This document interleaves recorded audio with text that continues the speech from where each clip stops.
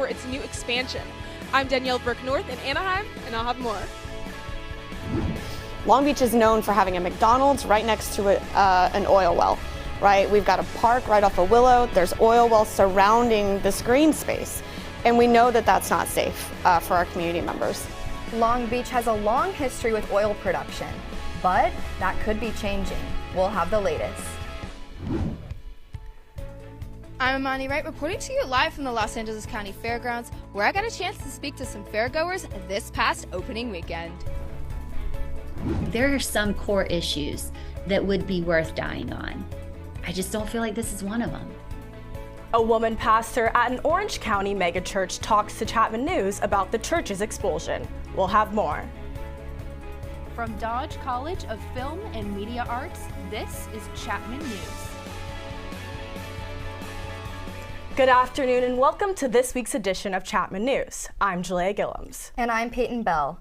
Our top story today, a verdict in former President Trump's civil trial in New York.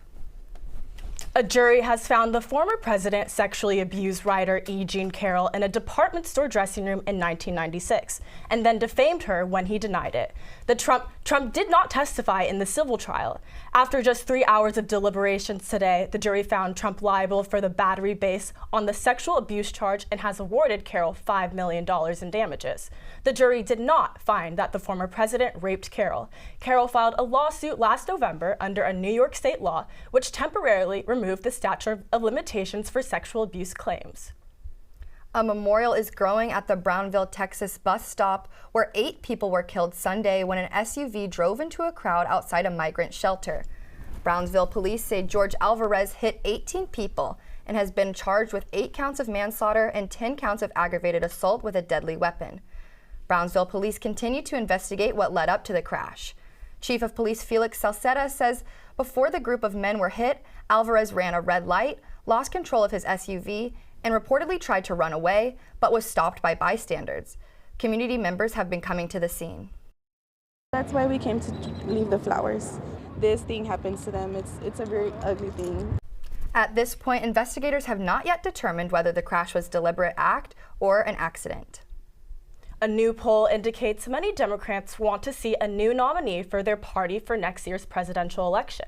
In the Washington Post and ABC News poll, some 58% of Democrats and Democratic-leaning independents say they would prefer someone else over President Biden.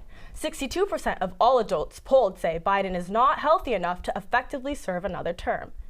In an unusual move, President Biden is weighing in on the Writers Guild strike and calling for major Hollywood studios to come up with a fair deal for the writers. The strike, which started last week, has caused a major disruption in the entertainment industry, with thousands of writers protesting against what they consider unfair working conditions.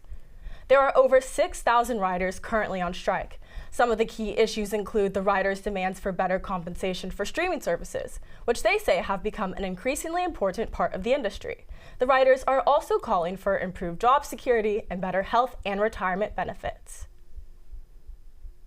President Biden and top Republican lawmakers, including House Speaker Kevin McCarthy, are in talks at the White House today to raise the U.S. debt ceiling. If Congress does not act, the government will run out of money to pay its bills in just 3 weeks. At this point, both sides say they're unwilling to make any concessions, and economists warn defaulting on debt would have catastrophic consequences for the U.S. economy. Title 42, an order that allows border officials to quickly turn away migrants, is set to expire this Thursday. Title 42 was enacted 3 years ago by the Trump administration during the pandemic. Those turned away were not given a chance to ask for asylum in the U.S. Once the order expires, border officials say they anticipate more than 7,000 migrants attempting to cross each day. El Paso, Texas, a city close to the U.S.-Mexico border, is trying to prepare for the influx, but authorities say their planning might not be enough. In all honesty, I don't believe that no matter how much we are prepared, I don't think we're going to be prepared enough. My biggest concern right now is shelter capacity. We just need to have significant bed space, probably between 1,500 and 2,000, and currently we're working with about 500. Additionally, there has been widespread misinformation among migrants on what will happen when Title 42 expires. Some migrants say they've been told the border is going to reopen, But the Biden administration says the border will not be opening, and those who smuggle migrants are exploiting vulnerable people by spreading lies. Earlier this year, Orange County megachurch was expelled by Southern Baptist Convention. Chapman News reporter Claire Weber joins us live in the studio with more.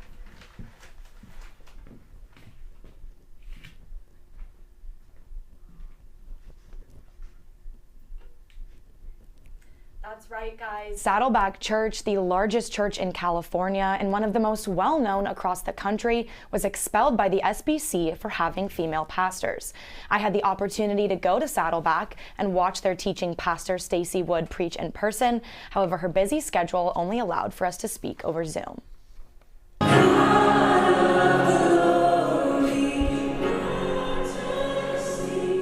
Stacy Wood says she was a Southern Baptist girl, born and bred.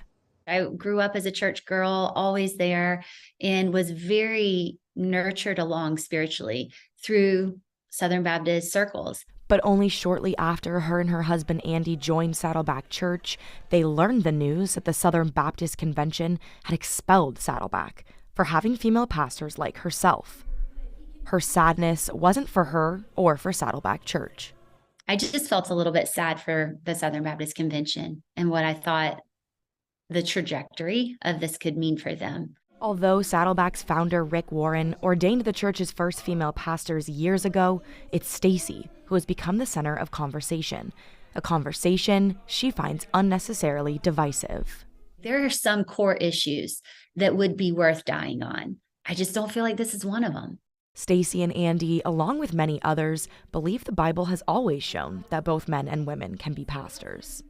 Despite thinking differently about women in ministry, do you think it's possible for Saddleback Church to have a relationship with the Southern Baptist Convention moving forward? Oh yeah, 100%. I think that a relationship with the Southern Baptist Convention going forward would be great. And I think that it's very workable. They hope the SBC will eventually allow churches to make their own decisions about having female pastors.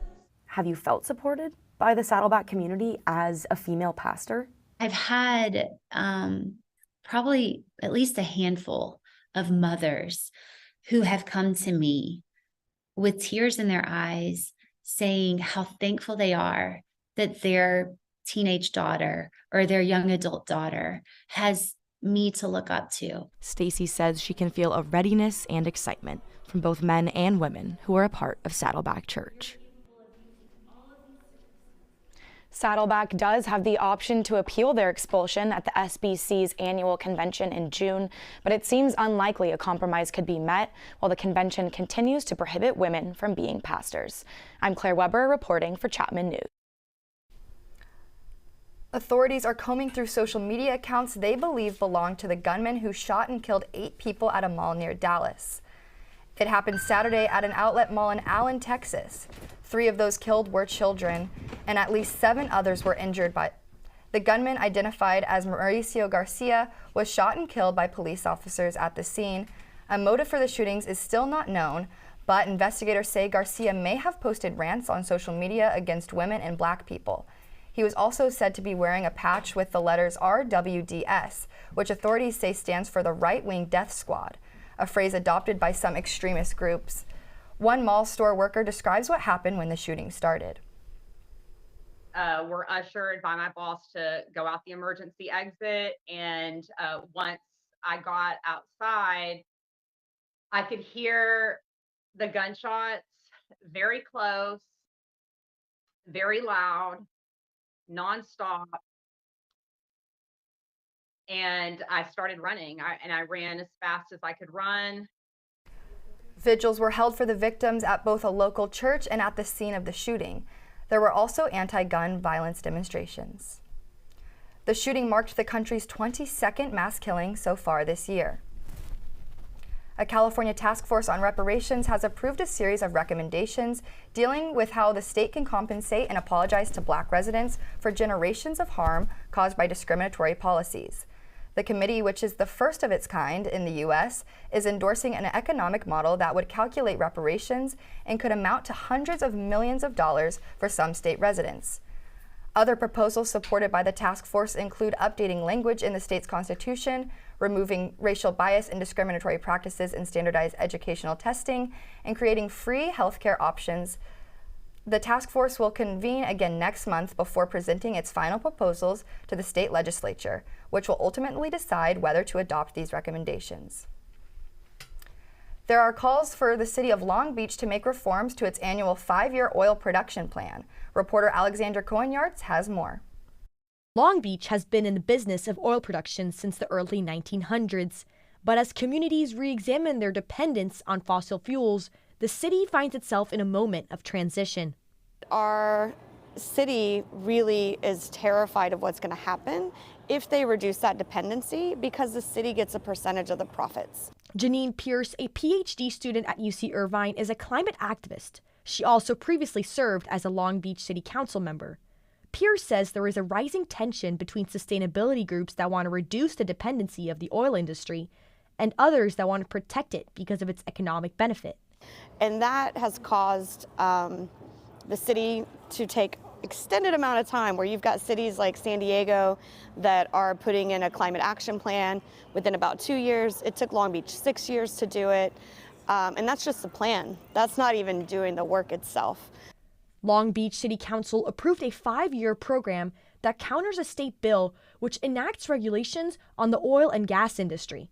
That state bill prohibits oil drilling within 3,200 feet of a home.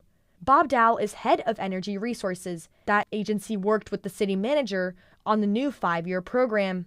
He says that they are planning to maximize production in the region to meet the continuing demand.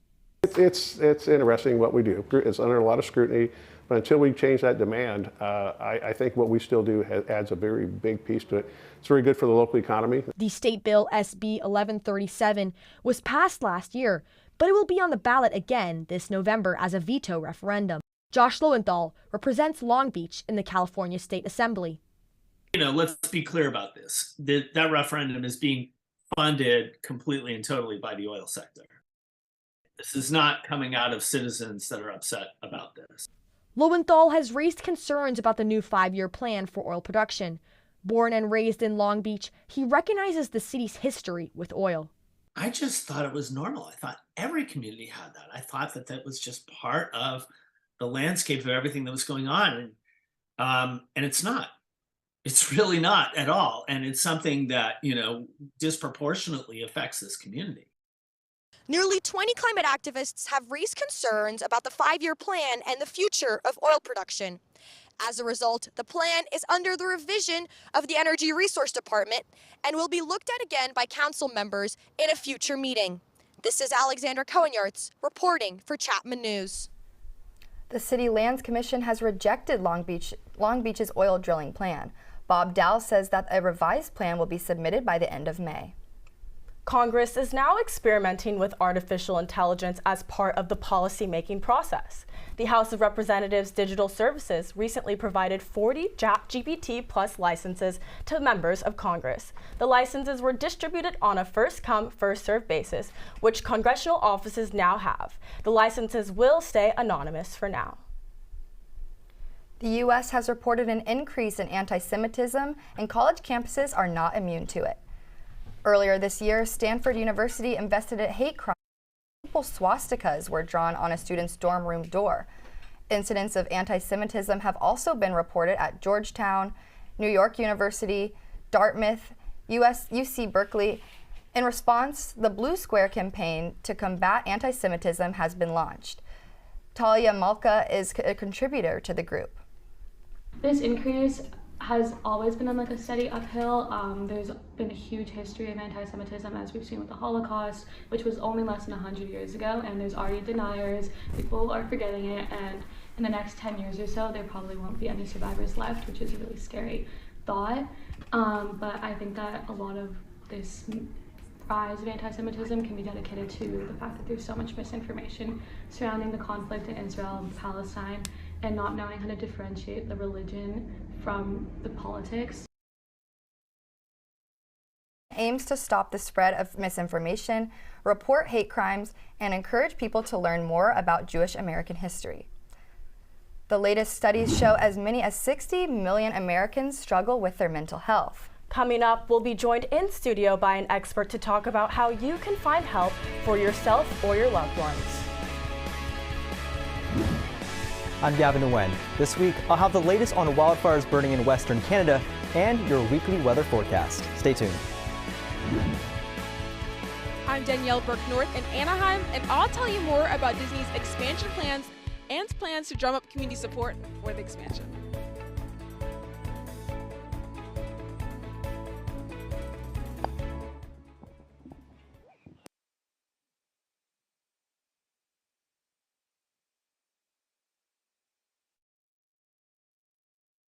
I'll be seeing you in all of our favorite places with laughter and warm embraces all day through.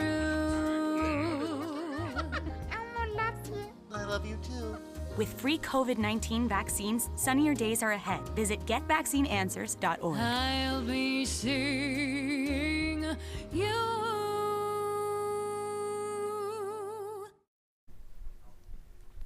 May is Mental Health Awareness Month.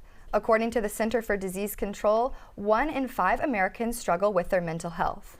The nonprofit group NAMI, or National Allegiance of Mental Illnesses, has an office here in the city of Santa Ana. Austin Messick is the manager and joins us live in studio. Thanks for joining us. Thanks for joining us. Of course, my pleasure. So let's start by having you explain a little bit about what your organization does. Sure. So NAMI, we are an affiliate of the National Alliance on Mental Illness, as you said. We provide education, support, and mentoring to everyone here in Orange County. We have classes for families, for individuals who have a mental health condition, as well as support groups. We have mentoring. We have different webinars that are available, as well as our WARM line, our 24/7 emotional support and resource connection line. There has been a lot of discussions about people and their mental health during the pandemic. Is NAMI seeing an increase in that? Very much so. So during the actual pandemic, we had a very high rise in calls to our WARM line, as well as interest in our programs. We were able to shift to different Zoom programs during that time, which did bring in a lot more participants to those, as well as start our online webinar series. But in terms of mental health challenges, yes, they did go up, largely because of isolation that people felt during that time. There's a lot of fear, there was a lot of uncertainty, and even coming out of that, I think people are still trying to reorient themselves to regular life and trying to kind of grapple with some of the mental health challenges that might have arisen during the pandemic. Definitely. And unfortunately, there's still such a large stigma around mental health. Are we seeing like an increase in acceptance or anything like that? There's a lot of work being done, both at the grassroots level as well as at higher levels like county, state, and national government. Organizations like NAMI, what we try to do is get the word out there. We try to provide a message of hope and different language that are ways to kind of look at mental health in different ways. We also just want to preach acceptance, really, and communication, and provide ways for people to learn about mental health so that they can see that it is an issue that affects everybody, and it's not something we need to be scared of. It's something that if we accept and we try to move forward and support everyone, then we can help decrease the stigma that does affect so many people. Wow, and I love that, a message of hope. And so what are some ways that we can look for signs with our loved ones regarding their mental health? Sure, so everybody has noticing skills. So if it's someone that you know and someone you love, you probably know what their behavior is like, maybe what their grooming habits are like, what their different cognitive abilities and their cognitive functioning is like. So you can kind of look and see, is there anything different than what you typically notice? Are they starting to speak in ways that maybe are a little bit darker, maybe a little bit more negative? Are they starting to isolate themselves? Are they not reaching out as much? Are they not doing the things that they love? So really, you just want to notice, does things look a little bit off? And sometimes people will tell you subtly. There's always usually at least subtle signs, so it's to look for anything that might seem different from usual and just listen and check in with them, ask them questions if things come up, and really try to just be there and listen as much as possible. Thank you so much for joining us today, Austin. And if you or anyone you know is looking for a supportive community focused on mental health or are looking to become a volunteer, you can visit www.namioc.org. 2 retired military helicopters will soon help the Orange County Fire Authority fight fires. The Black Hawk helicopters were retired from military service and are being converted into Firehawks with firefighting capabilities. They are expected to join OCFA's existing fleet of 2 Bell 412 helicopters later this fall. Chief Pilot Cody Muhan, who flies the fire authority's current helicopters, say the Firehawks will help them fight fires and conduct rescues. We're excited mostly for the aircraft, obviously, to join us here at Station 41. I think it provides a great tool for the community, kind of helps us help the community. The new Firehawks will have 1,000-gallon water tank, which is nearly 3 times as large as the water tanks on the current helicopters. They will also be faster, more powerful, and more spacious. Speaking of fires are affecting Western Canada as well. Gavin Wynn is live in studio with the weather report. Gavin? Thanks, Peyton Julia. That's right. Nearly 1 million acres have burned in Western Canada over the past week as wildfires have forced nearly 30,000 people to evacuate. All this is happening here in this region of Western Canada, with the province of Alberta facing roughly 100 active wildfires right now. Thankfully, temperatures have cooled and some scattered rain have helped firefighters on the ground. But as you can see here, lots and lots of smoke is still in the area from the fires that are still burning. Big cities like Calgary down south here facing a lot of smoke pollution right now. I'm hoping that these fires will be out soon and everyone can stay safe.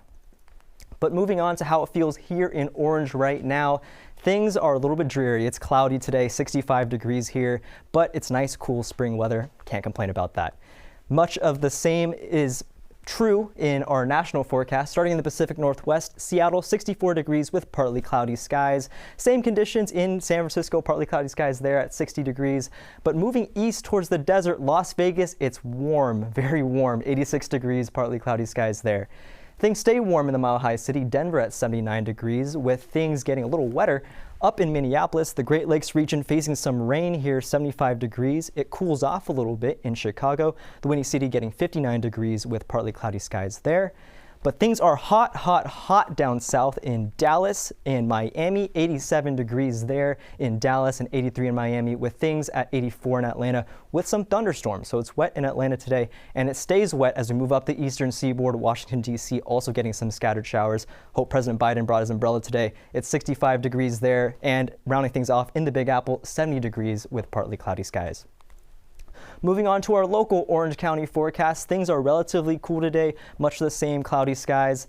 Starting in San Clemente, 62 degrees down there. Our coastal cities of Laguna Beach and Newport Beach, 63 and 64, with our inland cities of Mission Viejo, Irvine, Westminster, Orange, all sitting in the mid to high 60s today. Moving on to our 5-day Fenestra forecast, things starting off cool once again. Partly cloudy skies today, tomorrow, and Thursday, but things are definitely heating up for the weekend. 78 degrees on Friday and 81 on Saturday with the sun. Lots of sunshine expected, and I'm ready for the beach. It's May, still a little bit early, but as a Southern Californian, it's never too early for the beach. That's it for my weekly weather forecast. Back to you at the desk. Well, it certainly seems like the weather will be a great weekend for a popular combination in South OC, cars and coffee. The county's largest weekly car show meets every Saturday morning in San Clemente. Everything from old vintage cars to supercars and even hot rods are on display. The event attracts more than 100 cars each week. To some, cars and coffee is something they have made part of their weekly routine. One couple we talked to says they're glad to see that young people enjoy cars that they grew up with. We've been doing this for about 50 years. That's why we sit here, or I sit here anyway. I can watch the people. We've seen the cars, you know, used to all the cars. 60s cars I used to drive when they were new. But now I sit back and I watch the young kids and think about what we did 50 years ago and what they're going through. Even if you don't know much about cars, the event is open to everyone of all ages. They meet every Saturday morning from 9 to 11 a.m. at the San Clemente outlets. The happiest place on earth might be getting bigger. Our reporter Danielle Burke-North is live outside the Disneyland Resort in Anaheim with more on Disney's expansion plans. Danielle? Disney has new expansion plans known as the Disney Forward Project. The project looks to add new hotels, shops, restaurants, and attractions to the park. I think I'm all for the expansion, and I'm excited to see what's happening next. The Disney Forward project started in March 2021. Disney now is seeking a change in zoning laws so the Anaheim Resort can expand to surrounding underdeveloped areas that the company already owns. Disney released a statement saying, "We want to bring more Disney investment to Anaheim. However, this simply isn't possible under current inflexible planning restrictions unless we remove and replace treasured rides and attractions in our parks today." The City Council will vote on the local planning restrictions by the end of the year or early next year. Many Disney key holders, like Kiana Favela, are excited for the new expansion plan. I think it's really exciting that Disneyland is deciding to expand just because they already own the land. I think if they were buying new land, moving into the city, it would be a different story. But since it's land that they already own, I think it'll be fun and exciting for people visiting the parks. While the expansion means new attractions for Disney fans, it also means some neighboring businesses might have to move. Disney is holding open community meetings called coffee chats, which are a chance for any Anaheim resident to ask questions and hear more about the expansion plans. These coffee chat events actually started a year ago and will continue until mid-August.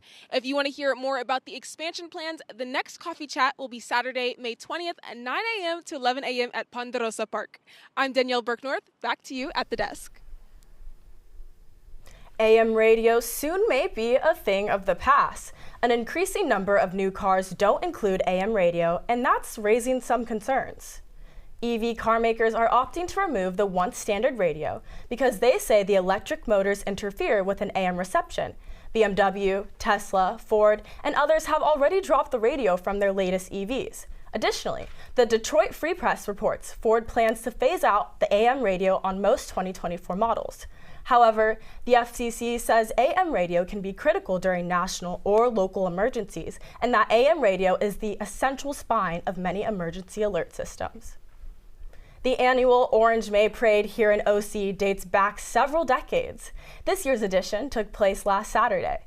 The event began in 1933 to mark the start of the orange agricultural harvest. The parade was discontinued in 1992 due to a lack of funds, but returned in 2019. It celebrates local businesses and groups. We spoke to the Hem Street family who owns and runs Warcor, the West American Rubber Company, about being featured in the Orange May Parade.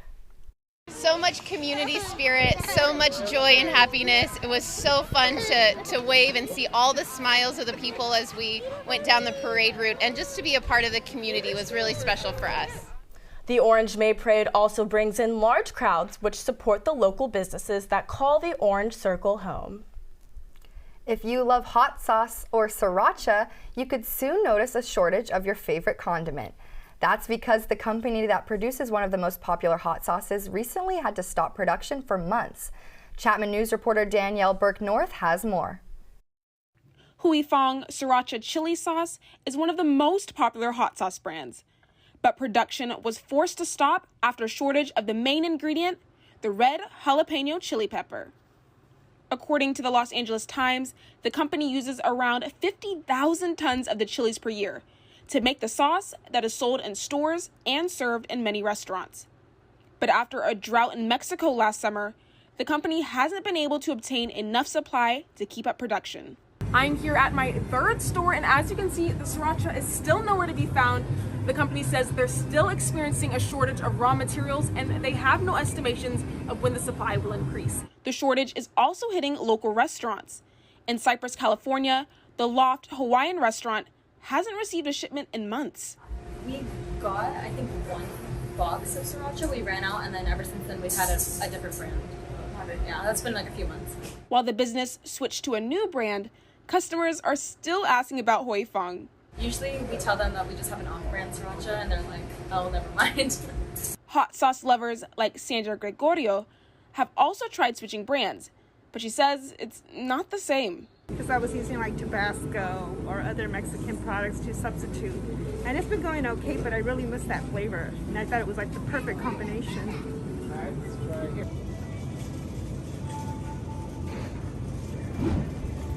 I'm Imani Wright, and I'm here at the Los Angeles County Fair to tell you about this year's fair coming up. After the break, stay tuned for an update on the battle between Steph Curry and LeBron James and some NorCal vs. SoCal basketball.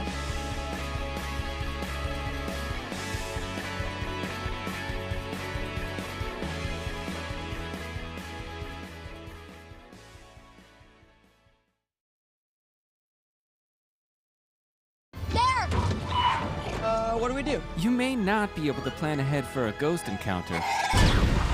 Under the dining table now! But you can plan ahead for natural disasters. Sign up for local weather and emergency alerts. Maybe it's the apocalypse. Know your evacuation routes and decide on a safe emergency meeting location. Here? I know. Would have picked Orlando.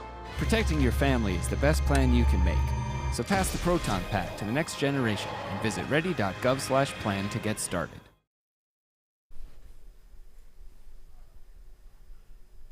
A skate park in La Habra here in Orange County is getting serious about enforcing safety rules and regulations. California state law requires skateboarders to wear full protective gear, including a helmet, elbow pads, and knee pads.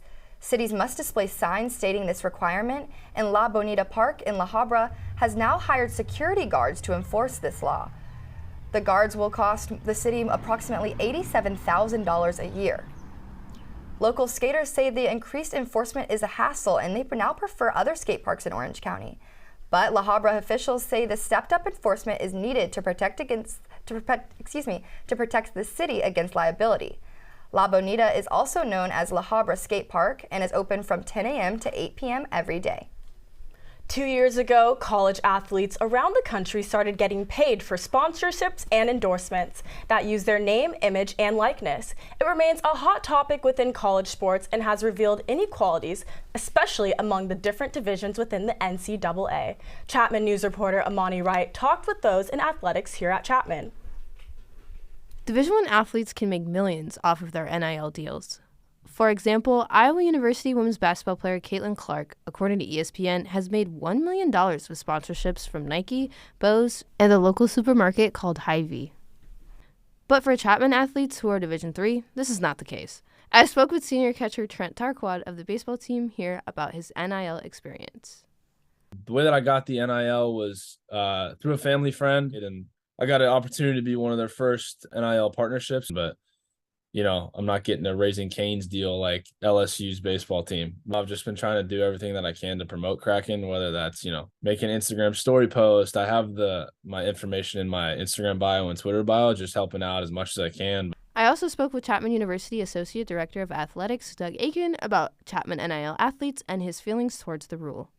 My initial opinion is that it's a great thing especially for Division III student athletes. For many years was not allowed, even though, you know, the student sitting next to them in, you know, a business class could, you know, profit off of their own name, image, and likeness just because they're not an athlete. So it levels the playing field a little bit for our student athletes to be able to do what any other student has always been able to do. In the realm of NIL, not all deals are created equal. This is Amani Wright reporting for Chapman News. The Lakers beat the Warriors last night, and I'm pretty excited about that. Surprisingly, I'm kind of excited too, but our sports reporter Claire Weber might not be. She's here in studio with more. Claire? Thanks, guys. That's a tough way for me to start. Welcome back to the Best Campus Sports Show. I'm Claire Weber, and today we're going to break down all the latest news from the sports world. And I can't think of a better way to start than the NBA playoffs. We have 4 exciting series underway. Let's take a look. Both the 76ers-Celtics series and the Suns-Nuggets series are tied 2-2 with their Game 5s happening later today. The Heat now lead their series with the Knicks 3-1 after yesterday's overtime Game 4 win. And finally, the series I've been dying to talk about, the Battle of California basketball, the Warriors-Lakers series. Going into last night's Game 4, the Lakers were leading the series 2-1 after an impressive Game 3 blowout led by Anthony Davis, D'Angelo Russell, and LeBron James. This trio helped send the Lakers confidently into their second home game.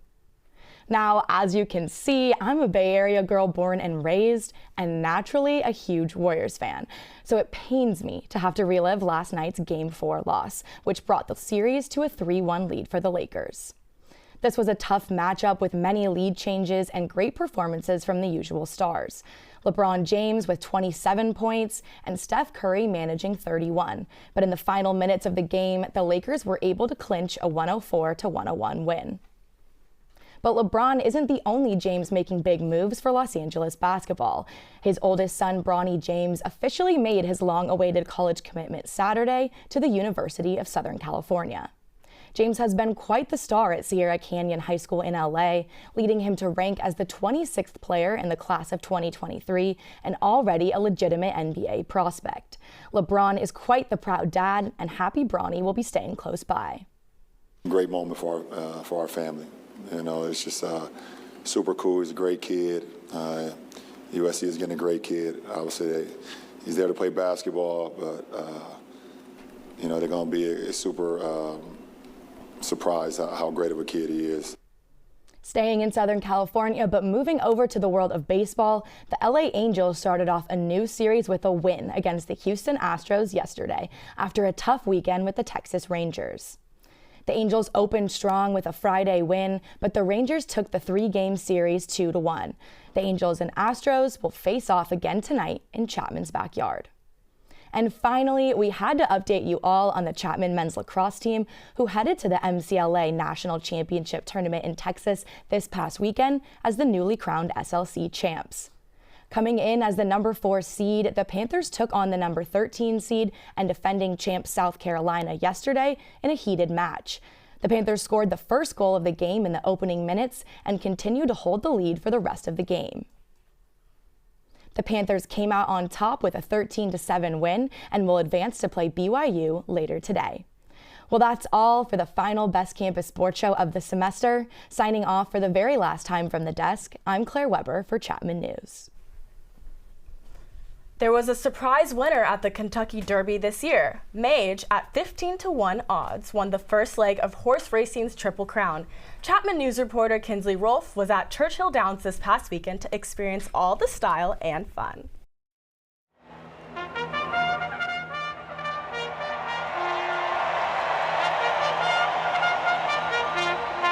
And we're off to the races. The most prestigious American horse race brought fans from all over to Louisville, Kentucky. Many fans come to enjoy the fashion, where everyone shows off their best hats, from extravagant fascinators to handmade, unique chapeaus. They also come to enjoy the live music.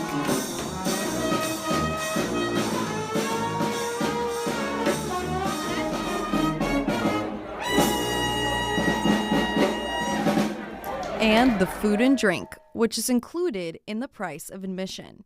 But the biggest reason fans travel to the iconic Twin Spires at Churchill Downs is for the most exciting 2 minutes in sports, the racing of the Kentucky Derby.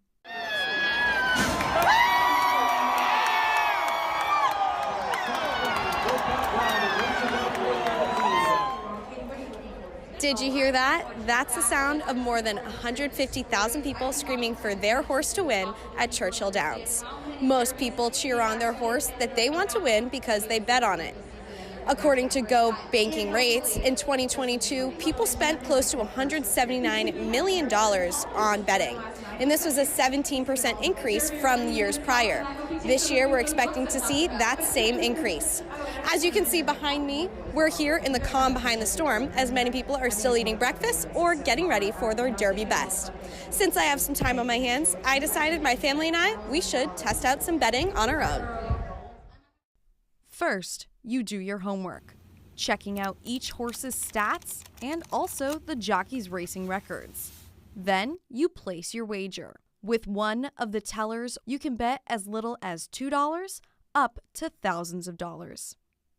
Since it was my first time betting, I chose my horse Mage because I liked his name and the fact he was considered a contender for the Triple Crown. I placed a $20 bet on him to win.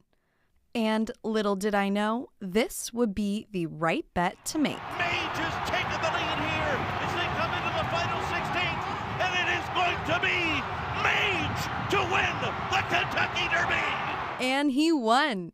Mage was a 15-1 long shot. He came from behind and surpassed 2 fills down the final stretch. With my bet, my family and I won $324. Next for Mage is the second leg of the Triple Crown, the Preakness Stakes on Saturday, May 20th. For Chapman News, I'm Kinsley Rolfe reporting. The LA County Fair is taking place all this month with this year's theme, Spring into the Fair. Our Amani Wright is live in Pomona to show us all the fun. Thanks, Shalea and Peyton. The Los Angeles County Fair is one of my favorite events of the summer.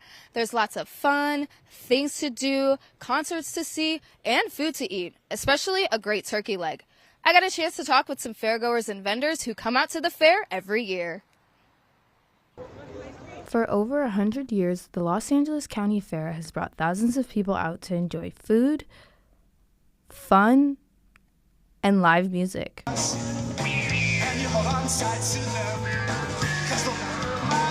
I got a chance to speak with some fairgoers who say coming to the fair every year is a tradition. Coming to the fair since I was a kid. I'm now in my 30s, and so I bring my friends and stuff with me too. I went to school over at the University of Laverne, and so we even came through college. And so it's just a tradition, and we just come, eat, drink, hang out, see the exhibits, and then go home. Many recalled coming to the fair as children and also mentioned the newest change, moving the fair from September to May. We try to go every year if we can. When it was in September, there were some years it was just way too hot, but now that it's moved to May, it's perfect. Look at the weather out here right now. We've been coming for 20 years, most years. Yeah. So we've probably come here at least 15 times, I would say. The fair also features vendors from all across Southern California. One Orange County-based vendor has been coming to the fair for 2 years, and their product represents a new wave of technology. We do iris photography. We take a picture of your eye and we turn it into a piece of art. So this is actually our second year at the fair. We've been, the last year was our first actually booth for us. And then after that, we've been doing other events, special events and whatnot. Another vendor has been coming to the fair for years and says the great people are the reason why they come back. We've been at the LA County Fair for the last 13 years. We love the people and the energy. It's really busy. We get a lot of people to talk to. And more than anything, we just want to help people. We want to improve their bodies. We want to educate them on other alternatives. Fairgoers can also view live animals and enjoy all the fun until May 29th. Fairgoers also mentioned how they love the price of admission. For $15, you too can enjoy the fair. If you want to have fun on the rides, carnival tickets are starting at $20. There is also a concert series where tickets are sold separately. Some notable names this year include Lady A and Shaka Khan. There is over 50 food and beverage vendors, and the fair is open Thursday through Sunday and Memorial Day Monday. And again, it runs until May 29th. For more information, you can check out the County Fair's website. I'm Amani Wright reporting to you live from the Los Angeles County Fairgrounds. Back to you at the desk. Sludge videos are a new type of content that have suddenly taken the internet by storm. But what are they? What's going on in here? Ever since Dad became a mobster, he's been giving me a ton of Italian children's books. Sludge videos seen here are made up of scenes from popular TV shows like Family Guy and South Park, posts from Reddit read aloud by AI voices, and gameplay from various games. Some, like Chapman student Diego Franco, worry that sludge videos are a bad sign for the future of online content. The idea that the content is going to start being AI generated and it's going to be such low level of content it's scary. It's scary to me. Sludge videos are increasingly popular, generating millions of views. So far, though, these videos have been unaffected by copyright law. I'm Emma Charles, and speaking of the internet, coming up, I'm here to break down the scandal everyone's talking about.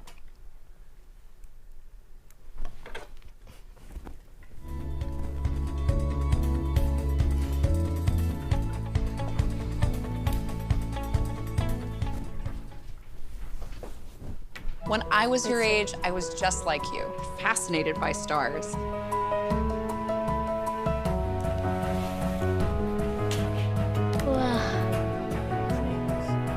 But now I get to search for life in the universe. And who knows? Maybe life is looking for us too. So we're like aliens to them? Yeah. Does anyone want to be a scientist now? I do. Awesome. We need more girls in STEM. Maybe we can find aliens. Public schools in California will soon receive special funding for music and art programs. Voter-approved Proposition 28 will provide as much as $1 billion. Schools must use 80% of the funding to hire teachers and teachers' aides for music and art classes. Many teachers say these programs are beneficial for students because they allow them to explore their creativity. Teachers see art programs as beneficial for students to explore creativity and be unique.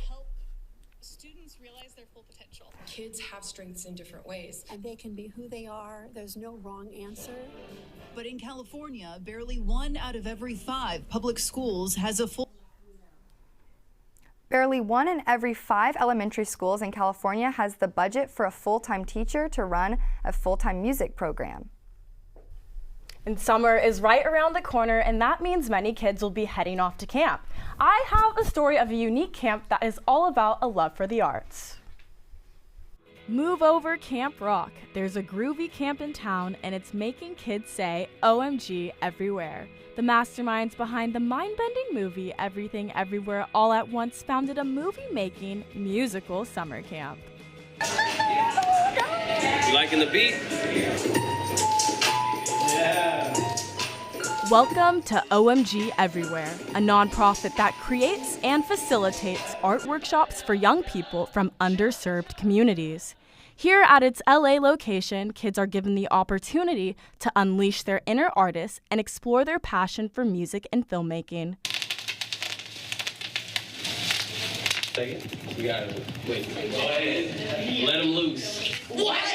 Under the guidance of instructors like director Jeff Pross, these young talents are learning how to write their own lyrics, create their own choreography, and capture it all on camera. Specifically, we specialize in filmmaking camps and workshops, but we also teach original music and song creation and other kinds of art too.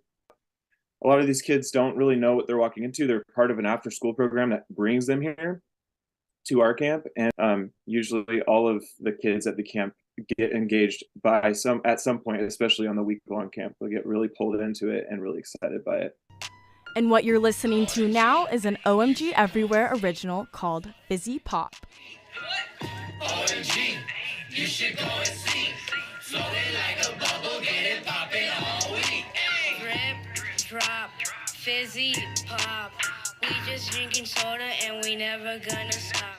The song was actually written in real time by the kids. It's kind of a trap song about drinking a lot of soda and burping with a lot of bubbles and all the other things that come with drinking a lot of bubbly drinks. The camp is just a really special place for the music video community. The camp kind of was founded on this principle of what happens if, hey, we're all directors, what happens if we all get together and instead of us directing, we let a bunch of kids direct and we just empower them and see what they come up with.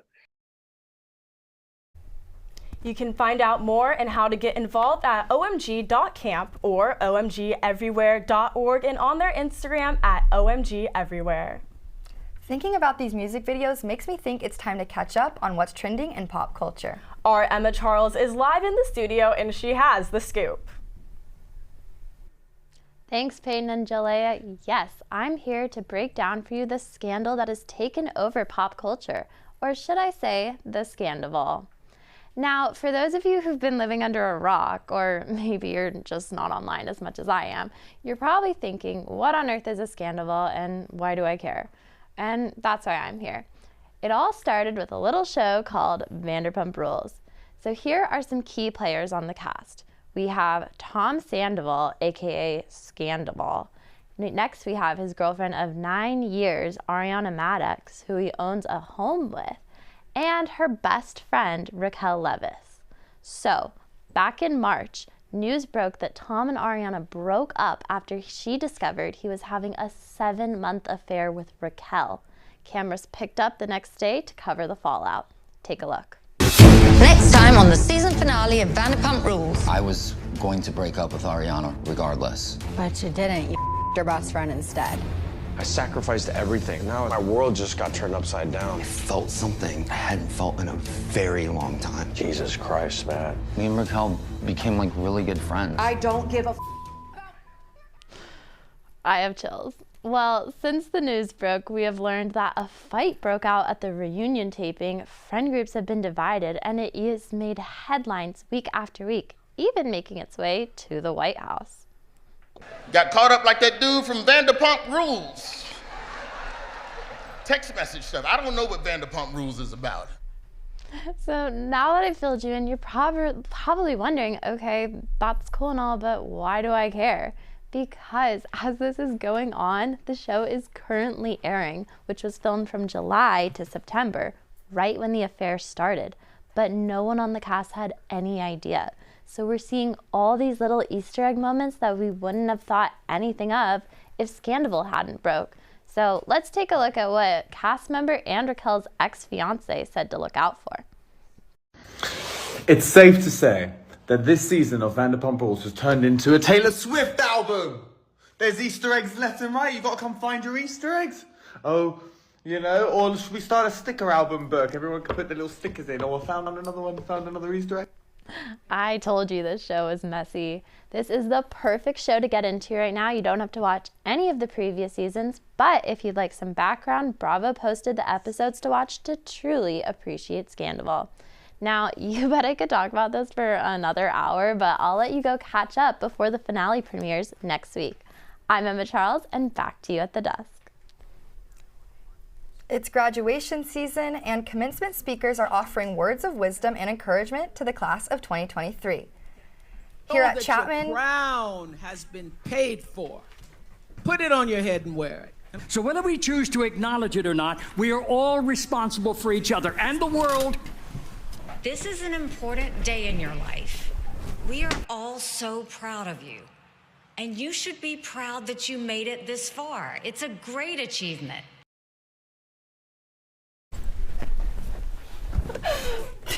the university will hold its main commencement ceremony at 7 p.m. next Friday, May 19th.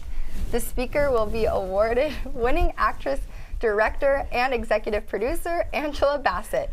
Chapman also offers special cultural graduation ceremonies, including events for Black students, disabled students, and veteran students. Commencement weekend will be, as we know, full of excitement, joy, and lots of tears.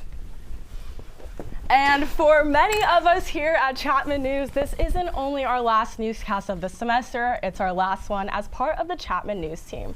But before we wrap things up, we would like to take a moment to thank all those who have dedicated so much time and effort to this program. Brady Grustus is in his first semester of Chapman News, which isn't something you'd expect with his natural on-camera charisma. Brady hopes the future of his career in front of the camera as a weather anchor, sports reporter, or an anchor on a long-running TV show. Don't forget to give us a shout out when you win your first Oscar, Brady. Megan Sun is in her first official semester in Chapman News, yet previously helped out as a teaching assistant. Megan is known for her knowledge in the control room and for always lending a helping hand on set. Megan is passionate about live television and hopes to continue her career producing events and shows.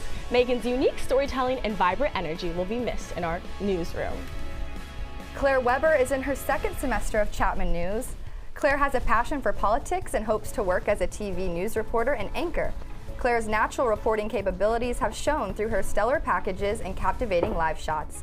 Her dance moves, jokes, and TikToks will definitely be missed in the studio. Sophine Kravokion's curious mind and kind heart has had a major impact on our newsroom. Even though this was Sophine's first semester in Chapman News, her words were inspirational. After graduation, Sophine will continue her career working in unscripted television. She hopes to work for a travel or food show. Chapman News was lucky to see those cooking talents firsthand.